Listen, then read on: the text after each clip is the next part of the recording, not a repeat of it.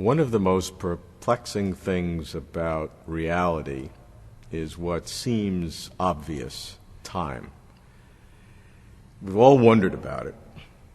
But when you think about time and then you think about God, then the two together really cause complexity. Yes.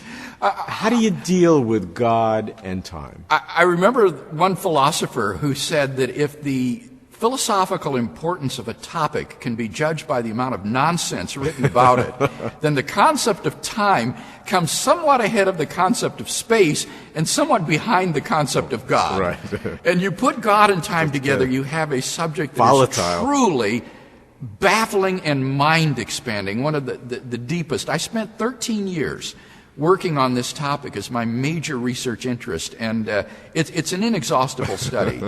All right, 13 years worth. Tell me what you learned. Well, I think we need to talk about the nature of time most fundamentally. I think that this is the question. And philosophers have distinguished two radically different concepts of time that will profoundly affect how you view reality and I think how you view God's relationship to time. Okay, what are they? One view of time is what we might call a dynamic theory of time, or a tensed theory of time. And what it says is that the moments of time are ordered by past, present, and future, and that these are real and objective aspects of reality. The past is gone. It no longer exists. The present is real.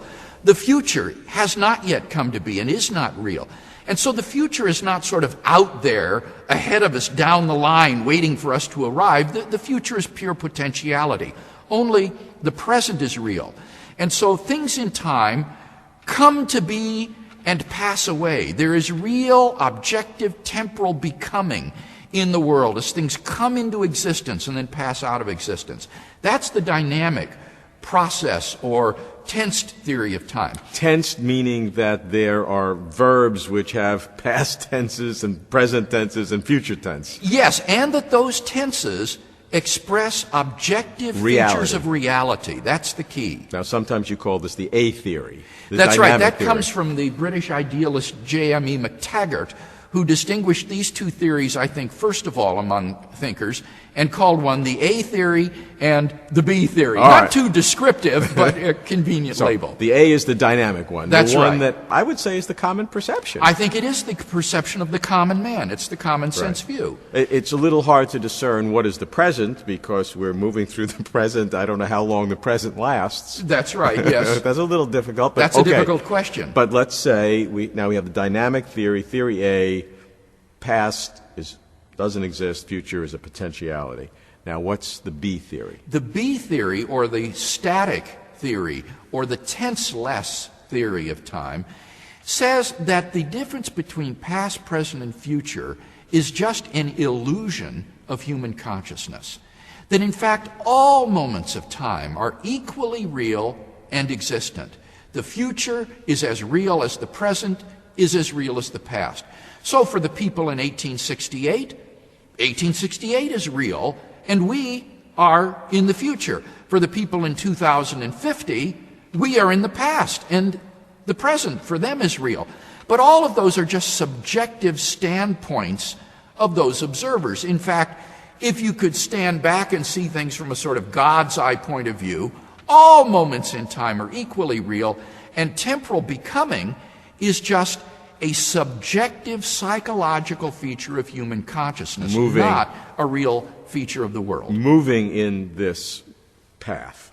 That movement, that sense of movement, is a purely subjective illusion of consciousness. Because each place in this four-dimensional space-time block is equally real. That's correct, and that is one way to conceive of it, is that the universe is a four-dimensional reality, not a three-dimensional reality which elapses or goes through time. Really, things are extended in four dimensions, and the whole space-time block, that whole four-dimensional block, just exists timelessly. And this point of view, though very counter to the common sense view of time, is very prevalent among physicists and people in the scientific community and certain philosophers as well. Yeah, why is that? Well, I think the main reason is that thinking of reality in four-dimensional terms makes the special and general theories of relativity very easy to grasp. It's easy to make a space-time diagram on a piece of paper in which the horizontal dimension represents space and the vertical dimension represents time, and you can represent the whole process there on a diagram which depicts space-time. And I think many scientists interpret the diagrams as literal representations of reality, that reality really is a four-dimensional space-time block. Because the interpretation is that absolute space and absolute time have been shown to be erroneous by Einstein. I think that that is one of the major motivations behind the adoption of this B theory or tenseless theory of time, is the belief that the A theory or tense theory is incompatible with special relativity. Now, in fact, I don't think that that is true at all. I think it's completely compatible with special relativity. But I'm sure you're right that this is one of the major motivations for adopting this four-dimensional view. Let's try to understand the B theory, the tense-less theory of time, because that's the one that's certainly counterintuitive to our normal way of thinking. Mm-hmm. What does that mean, tenseless? How do I deal with the fact that my children were born sometime in the past, okay, and I can't use a tense to describe that? Is there a sequence of events? Yes, sequence is still real in the sense that the events in time are related as earlier and later than each other. And that is a real and objective relation. But what the tenseless theorists deny is that things are really and objectively past, present, and future. So they can order things in an earlier or later sense, but they don't put a past tense on it as if it once existed and now does not. That's correct. Your birth is always earlier than your death, whether they lie in the future, whether one is in the present, or whether both in the past. Your birth is always earlier than your death. But you see here, the word earlier has been robbed of all tense. There's no sense in which that which is earlier is past.